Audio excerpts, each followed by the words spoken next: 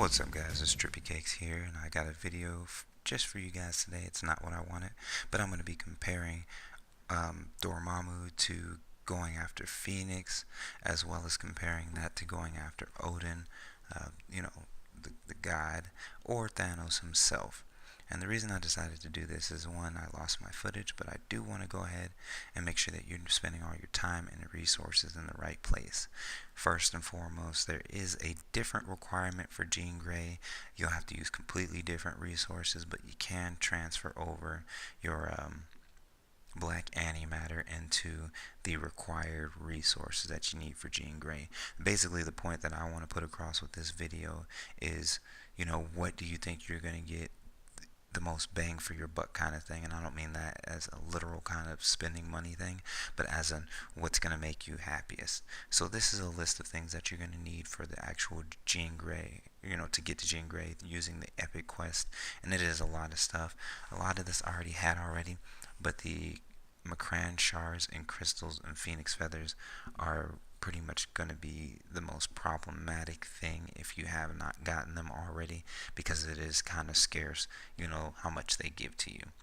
But the big difference between going after Jean Grey and going after these other big name guys are the rewards that you're going to receive for this. By doing the epic quest, you're going to end up with some extra tier 2 characters, as well as getting gold and other kind of things that will actually help you towards the quest.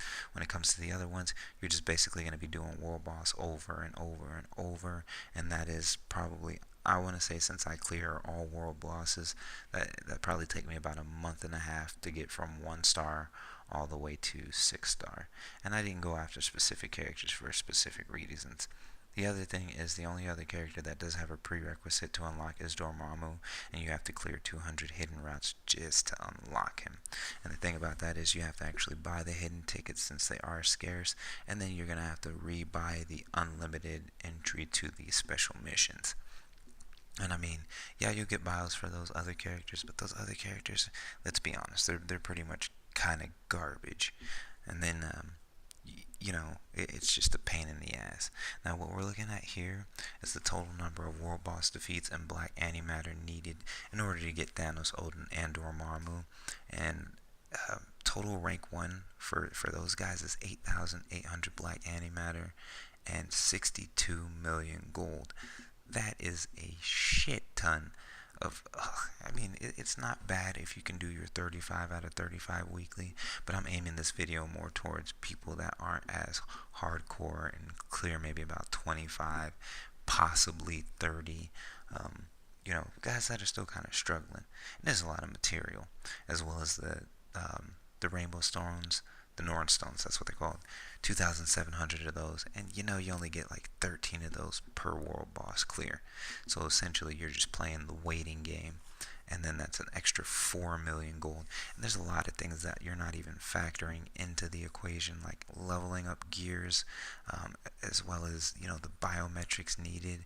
3,004 biometrics to get all the way to level 60, and that is a lot because you don't get a whole lot of biometrics, and it's terrible to have to pay your way to that.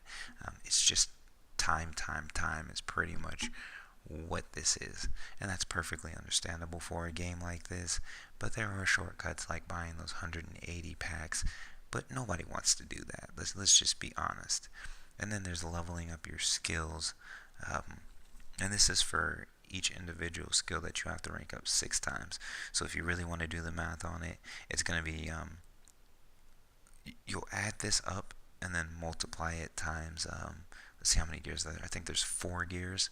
So add this total and multiply it times 4. That's adding on top of how much gold you're getting.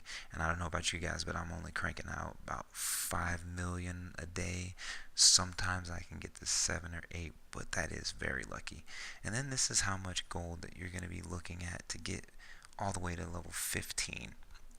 And you got to keep in mind that this is all added up.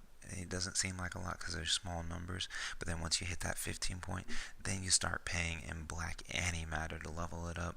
And let's just be honest, most of us don't have really good luck in the RNG department. I know I don't. It took me a while to get my black dwarf up. So I think the question is, what character do you feel would be more worth it to you? You know, and then there's just a lot of different things about this. Among that would be the cost difference. As I said, I can't really gauge how much it would cost for Jean Grey. It doesn't seem as expensive, but the resources are harder to get, as well as the other differences. As I said, the rewards, because going after Jean, you're going to end up with multiple tier 2s and get something back, as opposed to, give for Odin. Anyway, this has been Trippy Cakes. Please do like, subscribe, comment, let me know your thoughts on the grind. Have a good one.